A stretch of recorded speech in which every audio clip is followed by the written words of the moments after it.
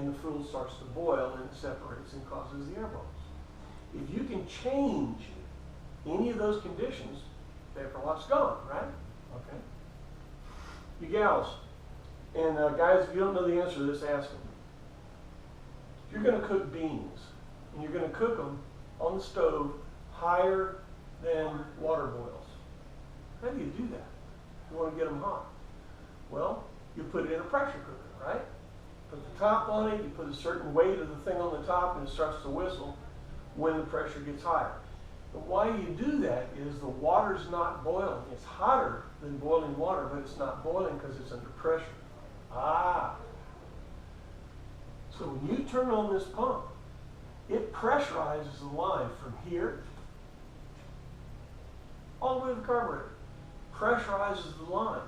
Now the conditions that cause the vapor lock are gone because you've pressurized it. You push the pressure, you push the vapor lock at it.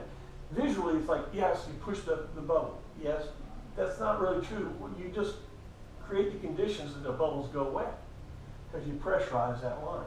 So this is a countermeasure. That auxiliary is a countermeasure that if you're driving along, you stop at a toll plaza, take off, and it starts to buck, that's vapor lock because of the heat buildup. Push that button, count to 5, boom. It forces fuel to the carburetor, forces fuel to the mechanical pump, vapor lock is gone.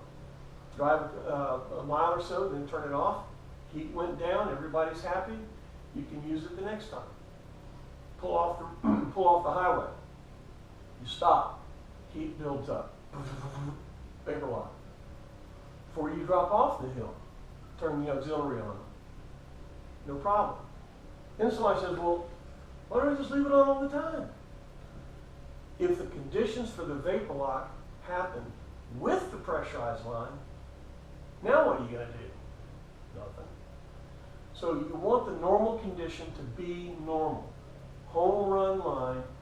When vapor lock occurs, you'll have a countermeasure. Leave it off, have it for your countermeasure. Matter of fact, when you start the coach, turn the key on, and real quiet, push that button. You'll hear the pump.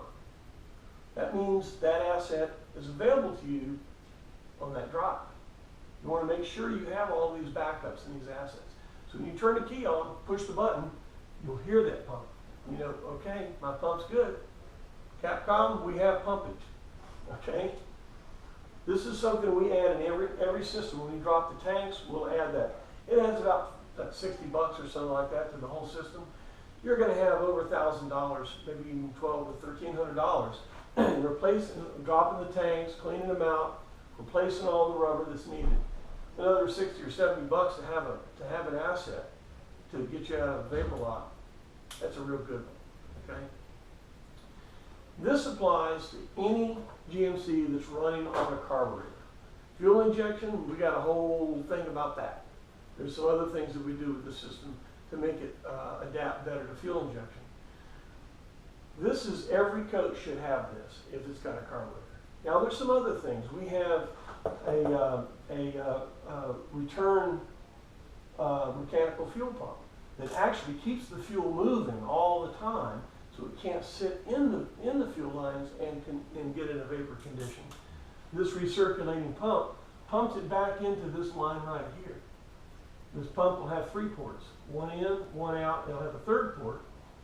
We come and we tie it in right in here to this return, and it'll all go back into the tank. So that way, that's another countermeasure that you can put in.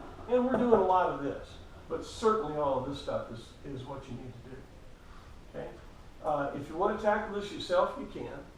You got to get the coach up off the ground where you can get up under there and get jiggy with the tanks and drop them down. It's not difficult, it's just a lot of it. Okay? Tanks are big. If you are going to do it on your back, use a transmission stand to put under there, unbolt it there. To take it out, there's a strap under it.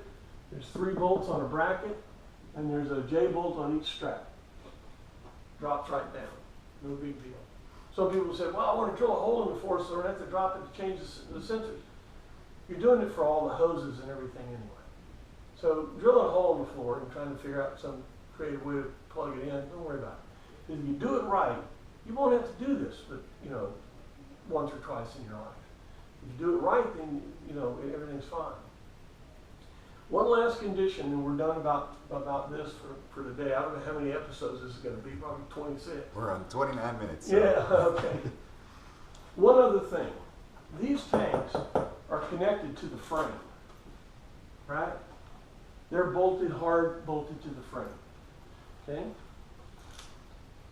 Your fuel lines, your brake lines, your air lines, your LP lines, all go over this frame to go from the outside to the inside.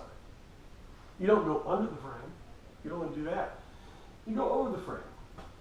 So it's really, really important to have a reliable 1/2 inch gap, 1/2 inch gap between the bottom of the body and the top of the frame for all those lines so they're not crushed.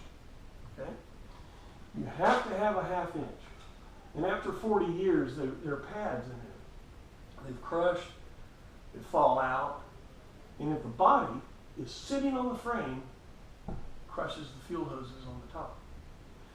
So when you drop your tanks, look at the gap between the body and the frame. If it's not a 1/2 inch, call me. I'll send you a body pad kit. It's $50. Right now, you put the body pads in, not for softer ride, which it will give you a softer ride because it transmits less vibration if the frame is isolated from the body. But besides that, it assures that the body doesn't crush all these fuel hoses. You have brake hoses in there. You have air hoses in there. You have LP line running through there. Very, very important to be sure you have that 1/2 inch gap. It's $50. Probably about, well, we charge 3 to 3.5 hours. Probably take you maybe 4 or 5 and some really good customers, but that's okay. It's all doable. It can be done. I can tell you how to do it. Call me. Maybe we'll do a video about that. Yeah, that'd be a big one. Ooh.